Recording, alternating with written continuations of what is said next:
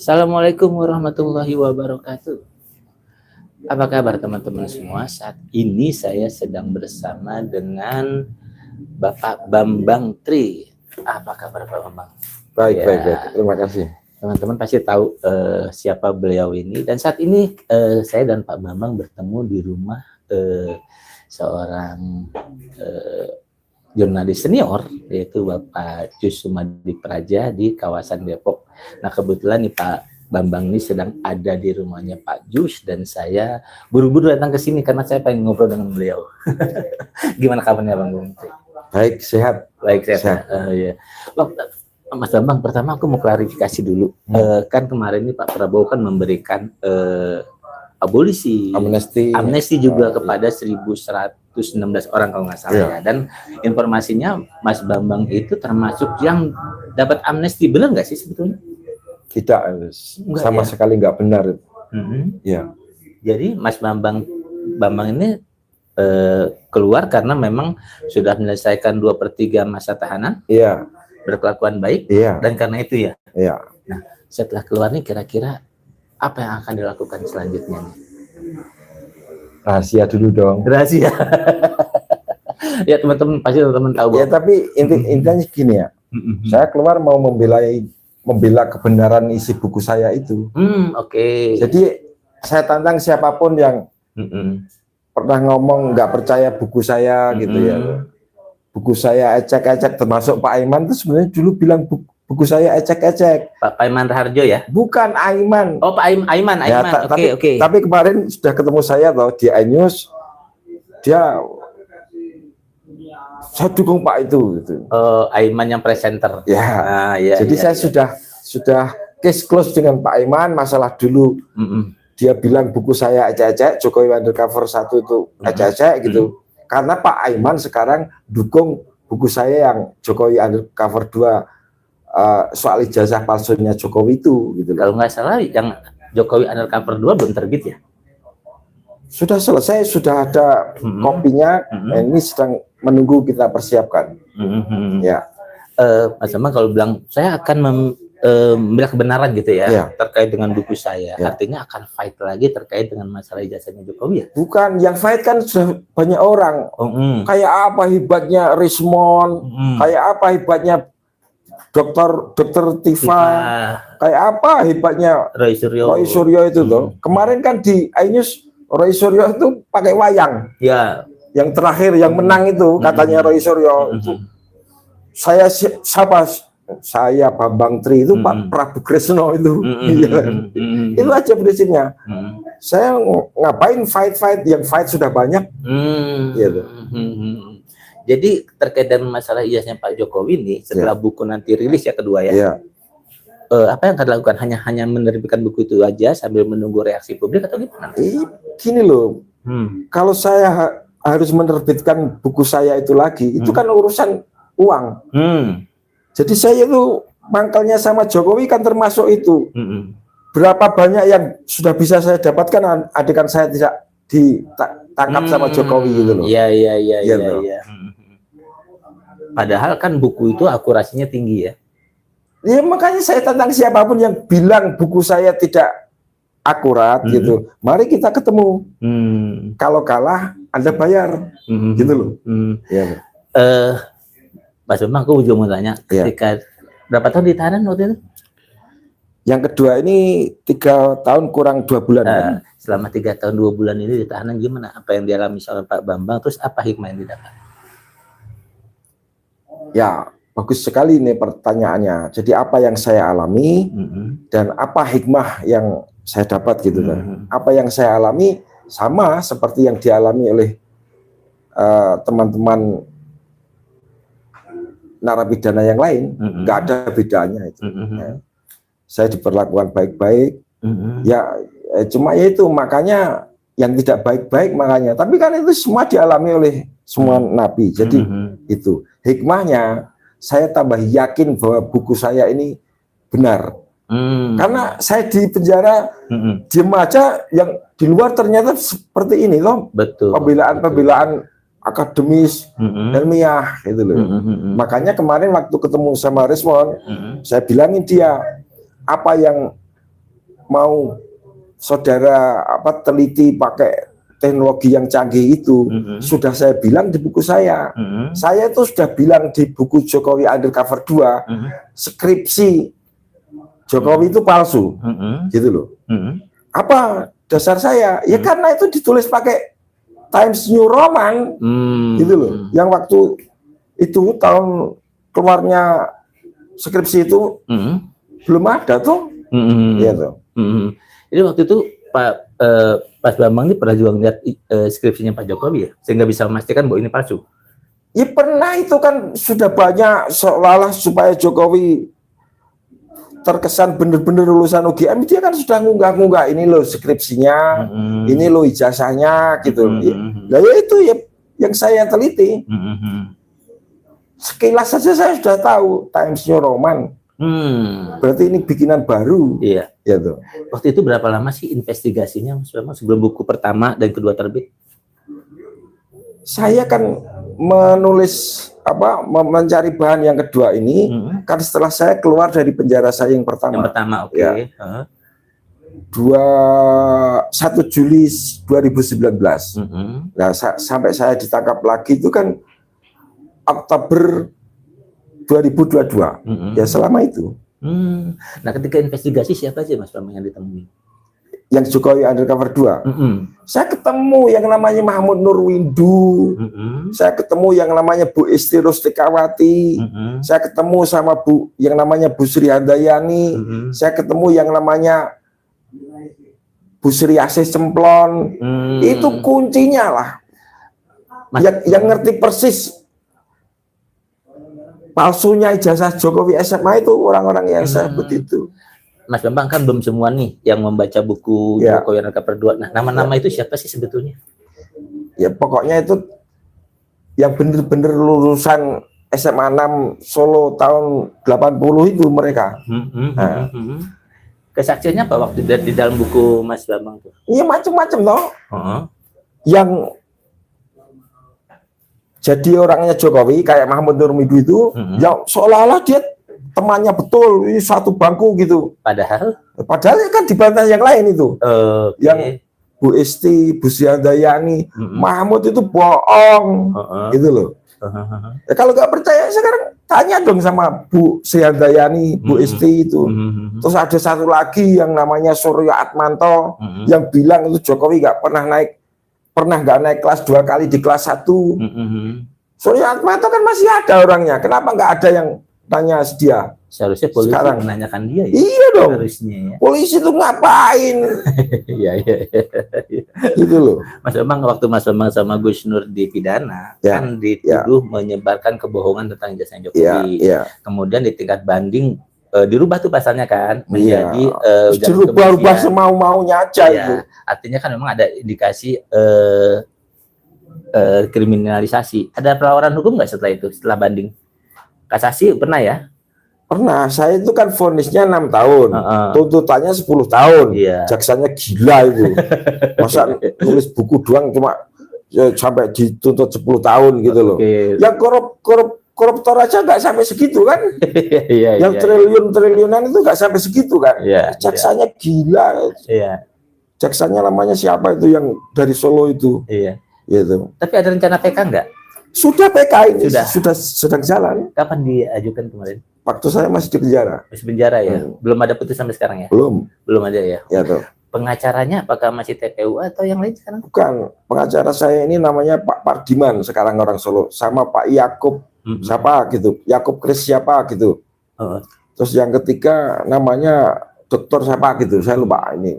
Nggak beresiko ya kalau ganti Dokter Edi. Nggak beresiko ya kalau ganti pengacara gitu ya? Gimana? Nggak beresiko ganti pengacara. Saya nggak urusan dengan pengacara. Saya sudah ngerti apa yang saya menguasai materinya toh. Itu kan hanya untuk prosedur mereka yang mengajukan apa surat-surat dan sebagainya itu. Gitu. Jadi saya nggak soal pengacara saya yang dulu pada mundur, Khosiluddin mundur barang itu, nggak ada artinya bagi saya. Gitu. Oke. Khosiluddin yang sekarang ketop ini loh, yang Ahmad Khosiluddin pengacaranya Roy Suryo itu yang selalu rebut mic di depan TV itu loh. Ya toh. Itu dia mundur nggak masalah, memangnya gua pikirin, gitu aja saya. Mundur atau dimundurkan dulu sama Mas Bambang? Boleh aja disebut mundur atau saya mundur kan juga boleh, tinggal mau disebut apa gitu. Yang jelas berarti dia mengkhianati saya dong. Mengkhianati. Kok ada pengacara mundur tanpa dipecat kliennya itu bagaimana? Oh, I see. Tapi sebelum mundur nggak pernah ngomong apa-apa ya sama Mas Gimana? Bambang? Mas Bambang saya mau mundur nih, jadi nggak pernah ada. Mana mungkin berani dia ngomong begitu? Iya toh. Nah, Mas Bambang, kan Mas Bambang ini dalam beberapa podcast mengatakan, saya ini dekat dengan Jokowi, saya teman kecilnya Pak Jokowi gitu ya. Siapa bilang itu? Saya nggak pernah mengaku jadi temannya Jokowi. Ngapain punya teman kayak Jokowi? Kenal Jokowi maksudnya kan? Gimana? Kenal Jokowi? Nggak kenal. Oke. Siapa bilang itu? Justru yang bikin itu Jokowi sendiri, supaya saya punya motif jelek seolah-olah gitu. Saya kok dibilang naksir Iriana itu gimana ceritanya? Gitu. Jadi banyak yang tidak benar ternyata. Iya, supaya seolah-olah saya kalah, terus saya iri, sakit hati, terus nulis buku itu. Gitu. Itu Jokowi ini kan produser hoax terbesar sedunia mungkin. Gitu. Kenapa bisa bilang begitu? Iya. Anda ngerti nggak? Ijazah Jokowi SD-nya itu. Saya jujur nggak pernah lihat. Iya makanya itu. Gimana? Kalau nggak salah waktu dulu menggugat ya ke pengadilan kan ijazah yang dipersoalkan ijazah SD, SMP, SMA ya. Oh, iya. Nah sekarang tuh berkembangnya ke ijazah yang S1. Nah Mas Bambang ngeliatnya gimana tuh? Yep. Silakan saja toh. Jadi yang meneliti ijazah S1-nya kan Rismond. RRT ini. Ya, Rismond Ya, Kipa sama Roy Suryo. Ya saya sudah melakukan tapi cuma sekilas saja lah. Itu aja sudah menemukan bahwa skripsinya palsu gitu toh. Oke. Ini yang belum dipunyai siapapun. Nanti akan saya buka. Apa itu? Ya, tanda tangannya rektor sama tanda tangannya dekan di ijazah Jokowi itu palsu. Dari mana pembandingnya dengan ijazah yang lain dong? Ya toh. Itu sudah ada semua di buku saya. Kalau selama ini beredar kan yang diduga tanda tangannya beda itu kan yang deskripsi ya. Iya, itu sudah ada juga di buku saya yang Ahmad Sumitro itu kan. Betul. Makanya itu jauh dengan saya. Artinya saya duluan. Cuma bagi saya ya saya terima kasih dengan 3 pakar ini karena mereka lebih punya alat kan macam-macam. Gitu. Artinya penelitian mereka itu memang menguatkan apa yang sudah ditulis Obama itu dari hasil penelitian. Iya, dan Rismond mengakui. Wah, berarti saya itu kalah ya dengan Pak Bambang Tri karena ini sudah 4-5 tahun yang lalu. Iya, makanya lu kalau panggil saya harus kakek Bambang Tri gitu. Iya, tanya aja Rismond. Iya. Mas Bambang, kan ini apa masalah ijazah ini kan mesti bergulir ya. Nah, terus dan kita tahu sudah ada 12 terlapor ya. Nah sementara Pak Bambang juga kan di dalam podcast ya terutama dengan Rismond dan kawan-kawan juga kan masih membahas tentang masalah ijazah itu. Nggak khawatir Mas? Khawatir apanya? Nggak mungkin RRT itu Roy Suryo, Rismond, Dr. Tifa itu masuk penjara, nggak mungkin. Dari mana Jokowi kekuatannya sudah habis? Oh gitu ya. Iya. Indikasi yang membuat Mas Bambang yakin kekuatan Jokowi udah habis itu gimana? Karena kan kita tahu nih masih banyak. Gini, langsung saya potong ya. Kekuatan Jokowi itu apa sih? Ya duitnya yang di bunkernya itu sudah ketahuan. Victor Suryadi sudah siap-siap mau ngambil itu pakai bulldozer. Oke. Nah setelah. Jadi sekarang ini Jokowi sibuk memindahkan itu kemana-mana. Memindahkan uangnya dari bunker Solo itu 6.000 triliun. Dari mana tahu angka sampai sepersis itu? Bang Victor kan. Oh gitu. Oke. Mau dipindahkan kemana? Ya saya belum nggak tahu, yang tahu Bang Victor ini. Iya. Bang, aku juga mau tanya gini. Kan dulu merasa dikriminalisasi ya.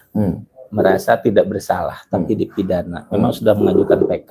Ada rencana melakukan gugatan balik nggak?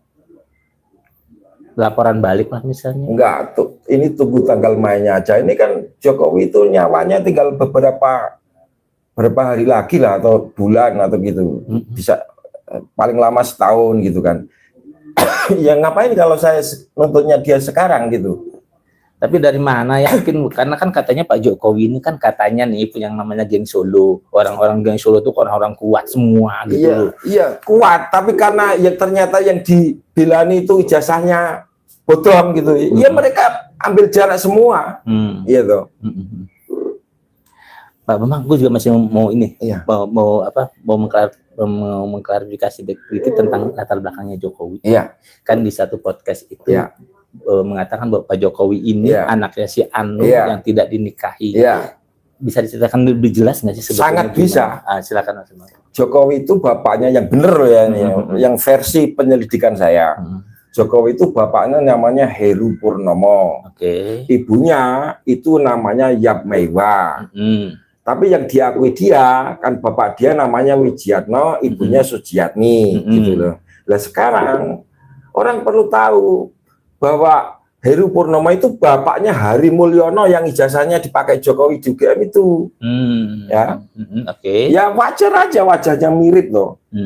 Yang foto wisuda maksudnya. Dan data lain yang di UGM itu diambil dari namanya Heru Mulyono itu.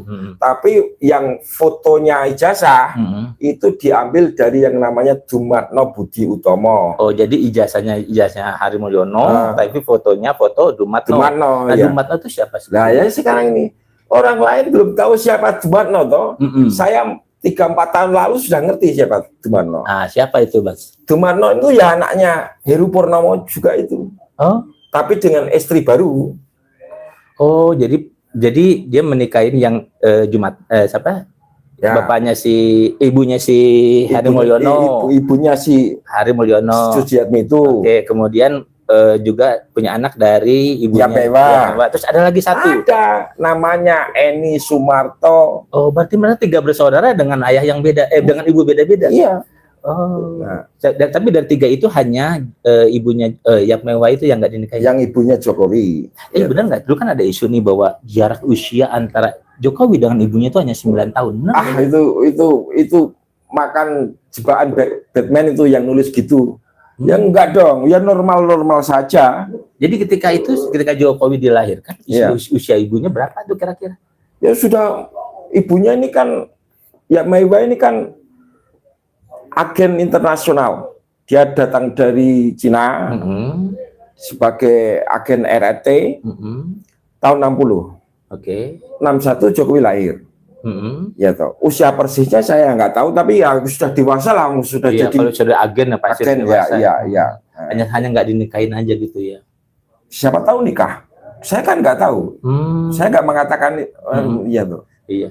Tapi kita tahu lah, dulu kan Pak Jokowi tuh ada cerita bahwa dia tuh nikahnya lahirnya di pinggir kali lah. Nah itu ngecapnya Jokowi kan gitu. Dia pernah jadi ngojek payung segala macam kan gitu kan. Betul. Nah, dia tuh kaya raya, bapaknya. Keluarganya itu gitu loh. Kalau yang bapaknya itu yang namanya si Purnomo itu, Heru Purnomo itu apa sih kerjanya? Ya dia dulu pemuda rakyat. Tokoh PKI. Kena tahan di Nusa Kambangan setahun. Nah, waktu dia ditahan di Nusa Kambangan setahun itu, istrinya Sujiatmi itu diambil oleh kakaknya Heru Purnomo namanya Wijiatno itu. Nah, ketika dia pulang marah loh, marah lu kok istri saya diambil gitu. Jangan marah, itu kan untuk penyelamatan anak-anakmu juga. Anak kamu ditahan di sana supaya enggak diikut-ikutkan gitu ya, kawin. Lah Wijiatno itu sopirnya Aidit, tapi dia tidak masuk partai ya, cuma sopirnya Aidit. Nah ini juga menarik nih, dengan latar belakangnya agak kayak gitu ya. Iya. Terus gimana latar belakang Jokowi? Ya merah menyala dong. Wartawan kita ini nggak berani nyebut gitu. Kalau saya berani, kalau saya anak buahnya Yusuf Praja gitu loh. Iya. Terus saya gini, dengan tapi jangan, supaya orang jangan salah paham. Saya disclaimer di buku saya yang pertama itu, tidak ada salahnya anak PKI jadi presiden. Ya memang setiap orang punya hak ya. Ya bukan karena itu kan anaknya, bukan PKI-nya. Dia nggak belum tentu juga dia punya menganut ideologi komunis. Iya, status hukumnya beda dong dengan anaknya. Iya, betul. Nah, Bang, kalau dengan latar belakang begitu, terus bagaimana Pak Jokowi, kan jasanya juga nggak jelas ya. Iya. Bagaimana kok dia bisa kemudian jadi wali kota, terus jadi gubernur DKI, kemudian jadi presiden? Yang dari hasil penelitian Pak Bambang ini sebetulnya siapa yang terlibat di belakang Jokowi? Yang terlibat ya Luhut Panjaitan itu tuh. Karena yang Meiwa ini, ibunya Jokowi yang Cina ini, meninggal di Singapura. Sebagai warga negara kehormatan Singapura, karena dia itu memang orangnya resmi Cina kan? Ya toh. Nah. Dan Yap Meiwa ini yang membantu Pak Harto nangkap Aidit itu. Ya. Jadi orang besar lah ibunya ini. Ya. Tinggal di Singapura. Lah, Luhut kan pernah jadi dubes di Singapura. Tahu siapa ibunya Jokowi itu. Oh, dari situlah benang merahnya ya. Iya. Selain Luhut siapa lagi, kan nggak mungkin untuk sebuah proyek begitu besar ya menjadi Luhut itu kan yang kemudian ternak termul ya Luhut itu. Ya. Nah, Mas Bambang, setelah nih Mas Bambang bebas gitu ya. Kira-kira apa sih yang akan dilakukan ke depan nih? Ya podcast gini aja lah. Enggak perlu saya buka dong apa yang akan saya lakukan. Ya, nggak bisa dipancing. Ya. Jangan, itu namanya Intel Melayu itu kalau terpancing-pancing itu. Tapi dengan statement yang ini nggak takut ya. Misalnya nanti dibuat lagi, ditangkap gitu. Sejauh ini ada ancaman nggak setelah bebas? Kan podcast terus nih mau mengungkap fakta, ada ancaman. Sekarang ini coba jangan nilai algoritmanya gimana. Hari ini kan bukan Jokowi, bukan saya yang takut sama Jokowi, Jokowi yang takut sama Bambang Tri gitu loh. Coba tanya aja temui Jokowi, Pak Jokowi berani nggak Bapak menemui Bambang Tri sekarang ini? Gitu. Artinya ngomong-ngomong gini lah, minum kopi bareng gimana? Nggak malu dia saya. Gitu. Jadi Pak Bambang sendiri ada dendam nggak sama Pak Jokowi? Karena sudah dipenjarakan sampai 2 kali. Bukan masalah dendamnya ya. Kalau saya mau dendam ya boleh saja sebenarnya, tapi saya nggak mau dendam karena dendam itu apa? Kan merugikan saya sendiri gitu loh. Ngapain mikirin Jokowi sudah karuan ijazahnya palsu gitu. Jadi itu Jokowi itu bagi saya sudah nggak ada artinya, gitu loh. Artinya sebagai apa ya? Kalau saya sama Juwaki ini saya akan catat dia anaknya Pak Yus, gitu. Kalau Jokowi ngapain saya catat? Sudah terbukti ijazahnya palsu, nggak karu-karuan, terus dia punya bunker uang, gitu, nggarong duitnya rakyat, gitu, ngapain? Jadi saya nggak punya dendam, tapi saya juga ingatan Jokowi. Pakai terminologi Jawa ini, saya sudah nerima, tapi yang gawe saya, yang bikin saya yang nggak terima nanti siapa itu? Ya Tuhan yang bikin saya gitu. Jadi berharap adanya istilahnya karma gitu ya? Bukan, itu nggak usah berharap, pun akan jadi. Oke. Iya. Ya, teman-teman semua, memang Pak Bambang Tri ini sebetulnya salah satu tokoh yang agak mengagetkan karena berani membongkar sebuah fakta dari sebuah tokoh yang kalau kata banyak orang nih didesain untuk menjadi penguasa negara untuk tujuan tertentu gitu ya. Tapi ngomong-ngomong kan banyak yang aneh nih dari keluarganya Pak Jokowi, misalnya anaknya sendiri nih karena ijazahnya dipermasalahkan. Kalau Pak Bambang, dari hasil penelitian Pak Bambang sebetulnya keluarganya Jokowi gimana sih sebetulnya? Kalau soal ijazahnya Gibran, saya no comment karena saya memang nggak melakukan penelitian apa-apa.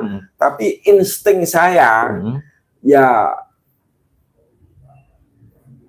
buah jatuh tidak jauh dari pohonnya, gitu. Tapi saya nggak mengatakan ini saya sudah mengadakan penelitian, itu cuma insting saya aja, gitu loh. Nggak, maksud saya gini, kan Pak Jokowi ini kan kalau benar ya dia didesain kan artinya orang yang dimanfaatkan oleh pihak tertentu, dengan latar belakang pendidikannya nggak jelas untuk menjadi presiden dan negara rusak dari tangan dia. Dan kemudian anaknya juga dinaikkan gitu ya. Dan kita tahu dia punya istri, punya anak yang lain, tapi dia bantunya juga bisa menjadi pejabat. Menurut Pak Bambang itu sebetulnya ini keluarganya Pak Jokowi ini tipe yang kayak gimana gitu, sampai bapaknya kok bisa dimanfaatkan orang, anaknya juga gitu. Itu kan biasa, perkawinan kepentingan itu. Jokowi dimanfaatkan, Jokowi ya balik memanfaatkan gitu loh. Nah sekarang kan Jokowi ini sudah bosnya para menteri yang diselundupkan di kabinetnya Prabowo ini 17 menteri loh itu. Iya, bukan gitu. Diselundupkan, memang diminta dimasukkan. Nah iya, kayak gitu kan. Nah Pak Bambang kan sekarang ini kan masalah ijazahnya Pak Jokowi ini kan masih diusut oleh kepolisian ya. Kalau nanti suatu saat nih Pak Bambang dimintai sebagai saksi, kira-kira gimana? Kalau yang minta pengadilan kan harus mau. Kalau polisi? Iya. Ya polisi harus lihat pengadilan dong. Ngapain saya nggak ada urusan dengan polisi gitu loh. Ya toh. Karena kan ada 12 orang nih masih menjadi terlapor, masih disidik. Kan pasti polisi juga butuh keterangan-keterangan untuk menguatkan. Polisi itu sudah dapat semuanya. Dan mereka sudah tahu bahwa yang bodong memang ijazahnya Jokowi gitu aja. Oh, I see. Mau ngomong apa polisinya sekarang? Mau memperlakukan Rismon itu kayak Bambang Tri nggak bisa. Kalau saya bisa dulu Jokowi masih presiden dan saya maju sendirian gitu ya. Saya itu nggak pernah diperiksa. Kok tahu-tahu BAP-nya setebal bantal tuh bikin di mana BAP itu? Gitu. Jadi waktu itu nggak pernah di BAP sama sekali? Nggak pernah diperiksa. Kalau Gus Nur waktu itu? Ya Gus Nur lain dong. Dia lain. Dia punya hubungan khusus dengan polisi kok. Nggak, maksudnya gini kan. Mas Bambang sama Gus Nur kan satu kasus. Biasanya kan pasti di BAP dong, di cross check kan. Gus Nur itu sudah diperiksa duluan, beres, baru saya ditangkap. Oh. Ngerti nggak ini artinya? Paham. Nggak usah saya katakan ya, nanti paham. Orang dibilang saya masih dendam sama Gus Nur gitu ya. Ya ngapain saya dendam sama Gus Nur? Sama Jokowi aja saya nggak dendam kok gitu loh. Oke. Ini setelah merilis buku yang kedua ya, ada nggak buku yang ketiga kira-kira? Ya itu tergantung situasinya gitu loh. Kalau perlu yang ketiga, yang keempat. Saya bahkan siap dari segi materi loh ya, sampai ke 10 pun saya siap. Oke. Dan satu lagi nih Pak Bambang, dengan hasil yang sudah Pak Bambang ungkap ya di buku pertama, buku kedua kan memang kalau tapi gini ya, saya potong sebentar ya. Siap. Saya ini minta bantuan jenengan supaya dimintakan donasi dari orang-orang yang mengenal saya lah. Ya, saya kira se-Indonesia ini siapapun yang anti Jokowi nggak ada yang lebih menderita dari saya. Gitu. Iya. Makanya hak saya untuk minta donasi kepada orang-orang yang kenal saya gitu dong. Tolong nanti rekening donasi itu jenengan. Saya tampilkan nanti dalam ini podcast ini ya. Ya mudah-mudahan sih memang banyak masyarakat Indonesia yang bersimpati ya, karena Pak Bambang ini kan benar-benar sudah dihancurkan ya. Hanya karena mengungkap sebuah fakta yang sebetulnya sangat penting buat bangsa ini. Karena kayaknya sih baru dalam sejarah kita kalau memang benar ada seorang presiden yang ijazahnya palsu ya. Karena sebelumnya kan nggak pernah. Dan di tangan presidennya pun Indonesia hancur-hancuran, rusak-rusakan gitu ya. Saya nggak mau komentar lah ya, lihat sendiri kalau. Saya kan cuma ngomong jasanya Jokowi itu palsu, SD, SMP, SMA, UGM. Tapi memang sih banyak yang mengatakan di era Jokowi ini Indonesia rusak. Gitu dari sistem hukumnya. Sebetulnya soal sistem hukumnya dari persidangan Pak Bambang ini sudah terbaca. Bagaimana orang dipidanakan tanpa ada bukti. Dan hukumannya itu nggak main-main 6 tahun. Ya kan? Dan kasusnya kayak Pak Bambang ini nggak cuma Pak Bambang aja, banyak yang lain sebetulnya kan. Yang terbaru itu Tom Lembong misalnya. Yang kemudian dikasih abolisi oleh presiden gitu kan. Nah, itu kan kalau Tom Lembong sama siapa yang PDI Hasto itu kan yang paling tepat kan omongannya Rocky Gerung itu. We know what you did last summer. Itu aja.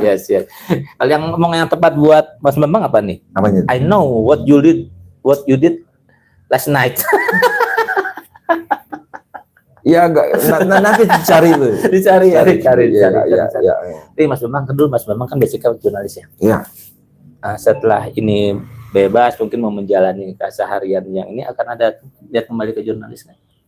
Sudah banyak yang menawari. Oke. Ya, tapi saya bilang aku sudah tua, apa gunanya aku jadi wartawan lagi, ya toh. Tapi kalau kalian mau wawancara, saya bisa setiap saat siap gitu. Tapi kan bisa juga jadi podcaster misalnya, atau punya bikin sebuah media online misalnya, di sana Mas Bambang jadi bosnya kan bisa aja. Biasanya orang yang punya basicnya jurnalis, makanya buat radikalisasi itu sebenarnya susah. Oke. Makanya saya ini capek, lelah ya karena kelakuannya Jokowi ini. Tapi saya masih punya itu naluri wartawan itu kan. Dan nanti ketemunya gimana, enaknya gimana, diatur aja lah sama teman-teman ini. Iya. Ya tapi memang sekarang ini Pak Bambang ini kalau menurut cerita Pak Bambang sendiri lagi ingin menikmati hidup dulu ya Pak Bambang ya. Tenang, damai gitu ya. Ya gampangannya istirahat. Dan soal istirahat ini ada kata-kata yang indah sekali dari Pramudia Anantatur. Apa itu? Istirahat sama pentingnya dengan kerja. Ya toh. Jadi istirahat itu sama seperti kerja, memulihkan energi itu kan penting. Soalnya kalau mau kerja nggak punya energi kan nggak bisa. Iya. Jadi beliau sekarang istirahat. Nanti setelah istirahatnya selesai akan go public lagi. Tapi untuk penutup ini gini, saya bisa membuktikan bahwa ijazah Jokowi yang UGM itu yang dibikin di Pramuka, kata Bang Bitor itu tanda tangan rektor Teguh Yakov sama dekan Profesor Sunardi itu nggak sama dengan tanda tangan di ijazah-ijazah lain. Oh, diduga palsu ya? Ya pasti palsu lah, nggak sama. Palsu. Iya. Ya. Tapi Mas Bambang karena Mas Bambang nyebut soal pasal pramuka, memang ada indikasi ke situ ya dibikin. Pokoknya orang Indonesia ini bodoh banget kalau hari ini nggak percaya sama Bitor. Ya loh. Bitor itu komplit, dia yang bisa ngungkap perannya Pak Iman, perannya Widodo gitu. Itu gudang datanya ada di Pak Bitor sekarang ini gitu. Iya. Oke. Ya dan Pak Bitornya juga sekarang lagi dipidanakan sama Pak Iman sih. Udah selesai itu, Pak Iman cuma ngecap. Nomor datanya udah cabut. Alah, Farhad Habas itu kemarin nggak berani datang ketemu Bitor toh, karena Farhad Habas tahu Pak Iman itu sudah keok lawan Bang Bitor. Kok masih ngomong-ngomong ngancam-ngancam Bang Bitor gimana itu? Saya kan ketemu Bang Bitor sebelum di iNews itu kan saya ketemu dulu seharian di Sentana.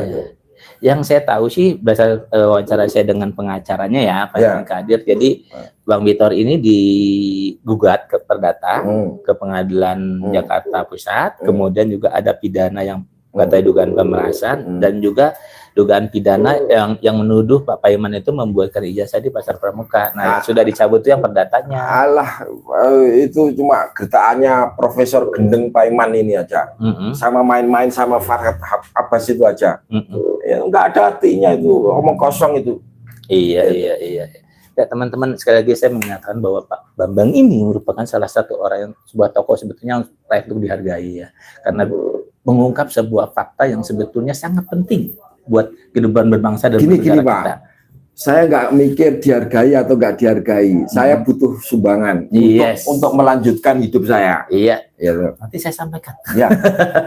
Jadi memang cantumkan betul. Iya. Jadi memang teman-teman semua, masalah ijazah Pak Jokowi ini sampai sekarang masih menjadi perhatian publik. Yang pertama kali membuka adalah beliau. Dan karena beliau membuka, beliau mengalami kehancuran yang sangat luar biasa. Minimal karena sudah ditahan sampai 2 kali. Dan ini baru bebas, dan ternyata juga bukan karena mendapatkan amnesti, bukan. Tapi karena beliau sudah menjalani 2/3 tahun penahanan. Saya yakin banyak orang yang membisiki Prabowo itu, Bambang itu orang gila. Ya nanti kan Pak Prabowo tahu sendiri setelah dapat info dari orang-orang yang dapat dipercaya. Gitu. Tapi saya dari tadi nggak dapat kesan Bapak Mas Bambang gila. Ya tapi kan yang laporan itu begitu. Seperti misalnya saya bilang ijazah Jokowi SD palsu. Mereka bilang saya orang gila loh. Ya, loh. Padahal saya nggak mengatakan Jokowi itu nggak pernah sekolah SD toh. Saya cuma bilang ijazah SD-nya palsu, gitu loh. Ya dia punya ijazah SD yang asli, tapi dia palsukan demi maksud tertentu. Tunggu, dia punya yang asli tapi dipalsukan. Iya toh, supaya tahunnya itu cocok. Oh, gitu loh. Jadi karena untuk menyesuaikan data-data Iya. yang. Oh. Dan jangan lupa, ini perlu saya sampaikan lagi. Jokowi itu teman seangkatannya Bu Sri, Dr. Sri Adiningsih itu satu angkatan di SMP 1 Surakarta. Dan itu lulusnya tahun 77. Sama Jokowi punyanya dia dirubah 76. Oh, gitu loh. Ya, paham ya bahwa memang ternyata ijazah SD-nya asli, cuma ada perubahan data untuk penyesuaian. Ya, SMP dia punya. Iya. Yang SMA ini dia yang nggak punya karena nggak lulus. Karena bertelur di kelas 1 aja 2 kali di DO dong. Nah, soal yang UGM dia comot aja ijazahnya Hari Mulyono itu. Adiknya itu ya. Adik tiri ya. Iya. Adik tiri. Ya. Lah yang merapikan operasi memasukkan dokumen-dokumen dari Pasar Pramuka itu ke UGM, Pratikno, rektor UGM, nah, nama yang diangkat jadi menteri itu. Nah, nama ini muncul lagi karena sejauh ini dia nggak pernah diperiksa oleh polisi tuh. Iya, mana mungkin polisinya juga termul, mau meriksa termul kan nggak bisa. Gitu.